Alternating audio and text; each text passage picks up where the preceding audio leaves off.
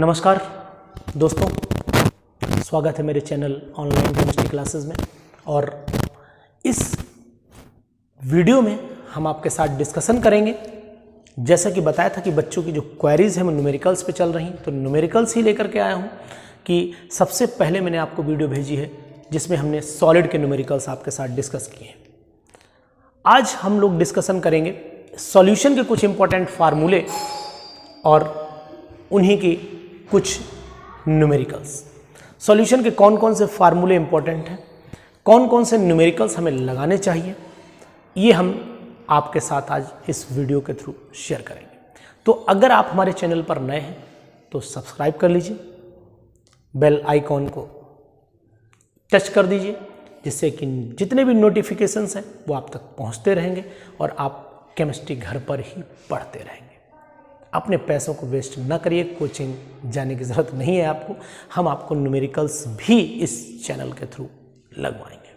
तो सबसे पहले इस बात कर लेते हैं कि हमें फार्मूले कौन कौन से डिस्कशन करने हैं। तो सबसे पहले हम लोग 2-3 फार्मूले आपके साथ डिस्कस करते हैं। एक तो मोलैरिटी का, मोलैरिटी इज इक्वल टू होता है मास ऑफ सॉल्यूट, है ना, upon molar mass of solute into volume. अगर ml में है तो 1000 से मल्टीप्लाई कर दीजिए, और अगर लीटर में है तो कोई ज़रूरत नहीं। तो ये मोलैरिटी होती है, इसकी यूनिट मोल पर लीटर होती है। ये मोलैरिटी का फार्मूला है। इसी तरीके से मोलैरिटी का फार्मूला W2 इंटू 1000 हो जाता है अपॉन M2 इंटू यहाँ पर W1, this is mass of solvent हो जाता है। ये वॉल्यूम ऑफ सॉल्यूशन है, ये मास ऑफ सॉल्वेंट है। ये डिफरेंस है दोनों में। इसकी यूनिट जो होगी मोल पर केजी होगी, इसकी यूनिट मोल पर लीटर होगी, इसकी यूनिट मोल पर केजी होगी। इस बात का ध्यान रखिएगा। एक मोल फ्रैक्शन का फार्मूला है कि मोल फ्रैक्शन चाई, मान लो चाई 1 निकाल लेते हैं, चाई 1 इज इक्वल टू हो जाएगा N1, नीचे N1 प्लस N2 हो जाएगा। Number of moles of one component, number of moles of second component जोड़ दीजिए। चाई 2 निकालना हो तो N2 पर रख दीजिएगा, N1 प्लस N2 नीचे रहेगा। टोटल चाई 1 प्लस चाई 2 की वैल्यू 1 के बराबर आनी चाहिए। ये मोल फ्रैक्शन का फार्मूला है। एक इस फार्मूले पे न्यूमेरिकल लगाना है, और एक इस फार्मूले पे delta TF is equal to KF into W2 into 1000 upon M2 यहाँ पर इंटू, अब यहाँ पर वॉल्यूम लेना है तो यहाँ पर delta TF is equal to KF, ध्यान रखिएगा, W2 इंटू 1000, यानी कि ये हम लोग जो यहाँ पर रखते हैं ये मोलैरिटी रखते हैं, तो यहाँ पर W1 हो जाएगा, ये ग्राम में रखा जाएगा। इसी तरीके से delta TB is equal to KB यहाँ पर इंटू W2 इंटू 1000 आ जाएगा, और नीचे आ जाएगा आपका M2 इंटू W1, ये भी फिर ग्राम में ही रहेगा। तो इस तरीके से हम लोग ये क्या कहलाता है, डिप्रेशन इन फ्रीजिंग पॉइंट, ये एलिवेशन इन बॉइलिंग पॉइंट, इन पे भी न्यूमेरिकल्स। तो ये जो मैंने फार्मूले लिखे हैं इन्हीं पर ही न्यूमेरिकल इस बार लगाने हैं। यही न्यूमेरिकल बोर्ड एग्जाम में आने वाले हैं, इंपॉर्टेंट है बोर्ड एग्जाम के लिए, क्योंकि ये न्यूमेरिकल कैटेगरी आपको ध्यान में रखनी पड़ेगी, किन किन कैटेगरी पे आपको न्यूमेरिकल लगाना है। तो मैं एक एक करके आपके साथ न्यूमेरिकल डिस्कशन कर रहा हूँ। एनसीईआरटी के ही न्यूमेरिकल्स हैं। एक क्वेश्चन है एनसीईआरटी का 2.4 है, बहुत ही इंपॉर्टेंट है। इसके लिए फार्मूला भी बिल्कुल अलग लगेगा। बहुत ही इंपॉर्टेंट क्वेश्चन है कि कंसंट्रेटेड नाइट्रिक एसिड, सुनिएगा ध्यान से मेरे क्वेश्चन को, concentrated nitric acid use in laboratory work is 68%, यानी कि लैब में यूज होने वाला नाइट्रिक एसिड है वो 68% nitric acid by mass in aqueous solution. What would be the molarity of such sample, इसकी मोलैरिटी क्या होगी।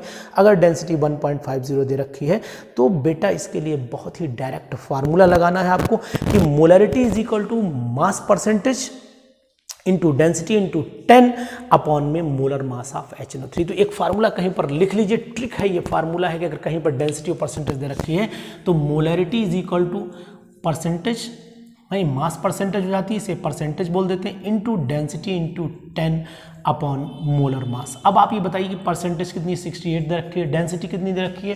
डेंसिटी में देख लेता हूँ 1.505 दे रखी है, 1.054 दे रखी है, इंटू 10 लगाना ही। मोलर मास किसका है, H2SO4 का है, तो 90 HNO3 पता चला, H2SO4 ये नाइट्रिक एसिड है। नाइट्रिक एसिड का मोलर मास 63 होता है, तो यहाँ पर 63 रख देते हैं। तो अब हमारे पास मोलैरिटीज की कैलकुलेशन बेटा आपको करनी है, तो कैलकुलेशन कर लीजिएगा। मैं आंसर डायरेक्ट बता रहा हूँ आपको, 16.23 मोल पर लीटर आ जाएगा आपका इसका आंसर। तो इस तरीके से इस फार्मूले को कहीं नोट कर लीजिए, बहुत ही इंपॉर्टेंट फार्मूला है। ये हो गया आपका मास परसेंटेज, यानी कि परसेंटेज जो दे रखा होता है, ये डेंसिटी हो गई, ये 10 हो गया, ये मोलर मास हो गया। डायरेक्ट यहाँ पर मोलर मास को mm लिख लीजिए, ज़्यादा बेटर रहेगा, नहीं तो ये कंफ्यूज करेगा मोलरिटी के साथ में। तो एक तो इस कैटेगरी के न्यूमेरिकल लगाइएगा। दूसरा न्यूमेरिकल में ये 2.5 न्यूमेरिकल एनसीईआरटी का, ये भी इसी पैटर्न पे ही लगेगा, तो लगा लीजिएगा इसको भी। एक न्यूमेरिकल मैं आपके सामने और बोल रहा हूँ, उसको भी बड़ा ध्यान से सुनिएगा, बड़ा अच्छा न्यूमेरिकल है, उसको आपको लगाना भी चाहिए। न्यूमेरिकल क्या है? Calculate the mass of. अब ये एक न्यूमेरिकल जो राउल्ट्स लॉ पे है, राउल्ट्स लॉ का फार्मूला मैंने नहीं लिखा है, फिर लिखे दे रहा हूँ, P not minus P S upon P not is equal to chi two. इस पे लगाइएगा न्यूमेरिकल, और यहाँ पर चाई टू आप जानते हैं, चाई टू इस तरीके से आप ब्रेक भी कर सकते हैं। तो अब न्यूमेरिकल पढ़ लीजिए, ये 2.18 न्यूमेरिकल है एनसीईआरटी का, 2.18। Calculate the mass of non volatile solute. Mass निकालना है नॉन वोलेटाइल सॉल्यूट का, इसका मॉलिकुलर मास 40 दिया हुआ है। तो अब मान लेते हैं कि नॉन वोलेटाइल सॉल्यूट का मास हम मिटा रहे हैं, इसको नोट कर लिया होगा आपने अब तक। अब हम इसको डिस्कशन आपके साथ में करने जा रहे हैं, इसे सब मिटाते हैं। यहाँ पर अब क्वेश्चन है कि calculate the mass of non volatile solute, यानी कि नॉन वोलेटाइल सॉल्यूट है W2 is equal to question mark जाने देते हैं, इसका M2 दिया हुआ है 40 दिया हुआ है, which should be dissolve in 114 gram of octane, यानी कि W1 इज इक्वल टू 114 ग्राम, और इसका M1 जो हो जाएगा मोलर मास ऑक्टेन का, ऑक्टेन में C8 हो जाता है ऑक्टेन में, है ना, और 8 दूनी 16, 16 और 2 18, इस तरीके से। यानी कि इसका अगर हम निकालते हैं तो कैलकुलेशन करने के बाद इसका जो मोलर मास निकल करके आता है, यानी कि 12 × 8 + 18 हो जाता है, ये 96 हो जाएगा, प्लस 18 हो गया, 114 ये भी आ जाएगा। तो यानी कि ये हो गया आपका 10 जोड़ 106 8 14, हाँ ठीक है, 114 आ जाएगा। तो मोलर मास भी 114 ही रख दीजिएगा। अब इसमें पूछा क्या है कि octane to reduce its vapour pressure to 80%, यानी 80% तक वेपर प्रेशर इसका रिड्यूस कर दिया जाता है। तो P not minus P S upon P not is equal to chi two होता है, यानी चाई टू का मतलब W2 अपॉन M2 हो जाएगा, नीचे यहाँ W2 upon M2 plus W1 upon M1 हो जाएगा। ये सब वैल्यूज़ गिवन है। पी नॉट जो है वो मान लेते हैं प्योर का 100 है ना, 80% रिड्यूस टू 80% हो गया। तो यहाँ पर हम लोग 80% रिड्यूस कर देते हैं, रिड्यूस टू 80%, यहाँ पर 100 हो गया, है ना। तो अब आपका यहाँ पर W2 क्वेश्चन मार्क में चला गया, M2 हमें 40 दिया हुआ है, W2 फिर यहाँ पर W2 हो गया, नीचे M2 यहाँ 40 दिया हुआ है, प्लस यहाँ पर W1 114 अपॉन 114। अब आप W2 यहाँ निकाल दीजिएगा। तो W2 जब आप निकालेंगे तो बेटा इस बात का ध्यान रखना है, ये 100 में से 80 घटाइए, 20 बचेगा, 20 यानी कि 0.2 इधर रह जाएगा, बाकी सॉल्व कर लीजिएगा। लगभग आंसर जो है इसका आना चाहिए 10 ग्राम। अगर आप इस वैल्यू को नेग्लेक्ट कर देते हैं तो 10 आ जाएगा, नेग्लेक्ट नहीं करते तो 8 आ जाएगा। तो 10 ग्राम तब आएगा जब नेग्लेक्ट आप इस वैल्यू को कर देंगे, और नहीं करेंगे तो 8 ग्राम जो मैंने किया है वो 8 ग्राम आएगा। दोनों आंसर आपके सही माने जाएंगे, नेग्लेक्सी ना करिएगा, 8 ही आंसर आप वैल्यू मानिएगा, इसके आंसर 8 पर ही सही आना चाहिए। चेक कर लीजिएगा, दोनों में से कोई एक आंसर आपको जरूर मिलेगा। अगर इस टर्म को नेग्लेक्ट करते हैं तो 10 ग्राम आएगा, इसको नहीं नेग्लेक्ट करते हैं तो 8 ग्राम आएगा। ये किताबों में थोड़ा सा दिया हुआ है, ध्यान रखिएगा। एक तो इस कैटेगरी के न्यूमेरिकल लगाइएगा, दूसरा भी न्यूमेरिकल मैं बोले जा रहा हूँ, बहुत ही इंपॉर्टेंट न्यूमेरिकल है। इन दोनों फार्मूले जो मैंने यहाँ लिखे थे, डेल्टा TF और डेल्टा TB, उसी न्यूमेरिकल पे बेस है, बहुत ही इंपॉर्टेंट है। 2.21 न्यूमेरिकल है। ये न्यूमेरिकल क्या कह रहा है इसको सुन लीजिए। 2 एलिमेंट्स A एंड B, सुने ध्यान से, 2 elements A and B form compounds having molecular mass AB2 and AB4, यानी कि 2 कंपाउंड हमारे पास हैं जिनका मॉलिकुलर जो मास है, मॉलिकुलर फार्मूला क्या दिया है, मॉलिकुलर मास दिया है। Compounds having molecular formula, molecular formula दिया है AB2 और एक का दिया है AB4। दोनों के मॉलिकुलर फार्मूला दे रखे हैं। यहाँ पर व्हेन डिसॉल्व्ड इन कितने ग्राम ऑफ बेंजीन, यानी कि 20 ग्राम ऑफ बेंजीन में घोला गया, यानी कि इसके अंदर भी W1 20 ग्राम है और इसके अंदर भी W1 20 ग्राम है। ये बात आप ध्यान, मैंने 2 में बाइफरकेट कर दिया, वो समझ जाएंगे आप।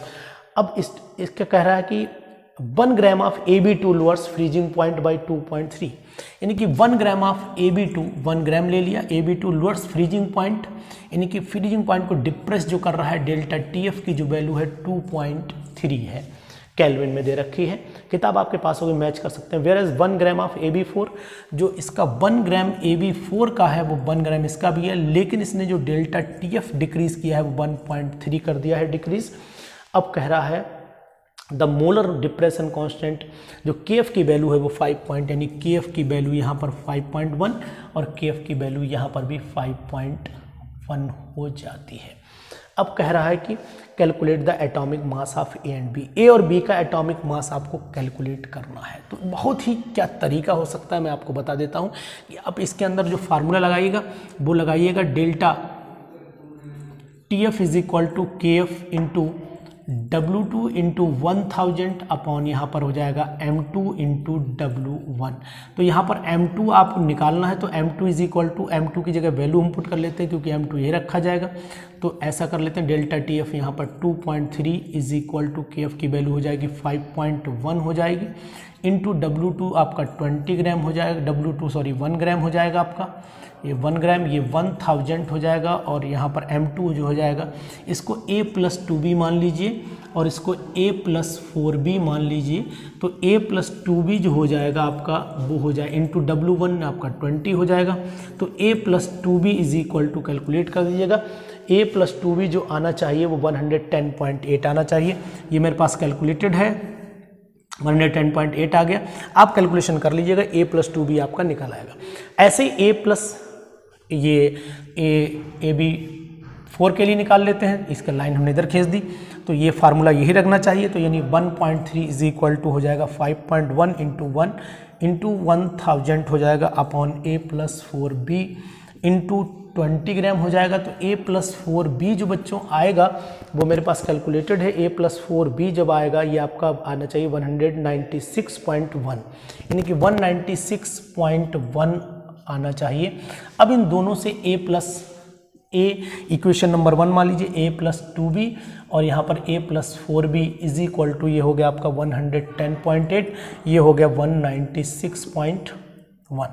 इन दोनों को आप सॉल्व कर लीजिएगा। इन दोनों की मदद से आप सॉल्व करने के बाद A की वैल्यू, अब आप मैथमेटिक्स के स्टूडेंट हैं, आप जानते होंगे दोनों को सॉल्व कैसे करना है, बहुत इजीली है। एक इक्वेशन में से दूसरी इक्वेशन घटा दीजिएगा, आप इसे इजीली वैल्यू निकाल लेंगे। A की वैल्यू और B की वैल्यू दोनों निकाल दीजिएगा। जो A की वैल्यू आएगी वो कितनी आएगी बता देता हूँ, 25.58 आएगी, और जो B की वैल्यू आएगी 42.6 आएगी। इस तरीके से A और B दोनों इक्वेट कर लेंगे। मैथमेटिक्स के स्टूडेंट हैं, कोई दिक्कत नहीं आनी चाहिए भाई। दोनों इक्वेशन को आप एक में से घटाइए तो एक A कट जाएगा, ये यानी कि एक 2B इज इक्वल टू बचेगा। सॉल्व कर दीजिएगा, आंसर इजीली आप निकाल लेंगे। तो इस तरीके के क्वेश्चंस भी लगाइएगा। क्वेश्चन नंबर में बता रहा हूँ इंपॉर्टेंट कौन से हैं वो लगा लीजिएगा, बहुत ही इंपॉर्टेंट है। एक तो 2.23 लगाइएगा, NCERT का क्वेश्चन है, और एक 2.28 पे ध्यान रखिएगा, ये भी इंपॉर्टेंट क्वेश्चन है।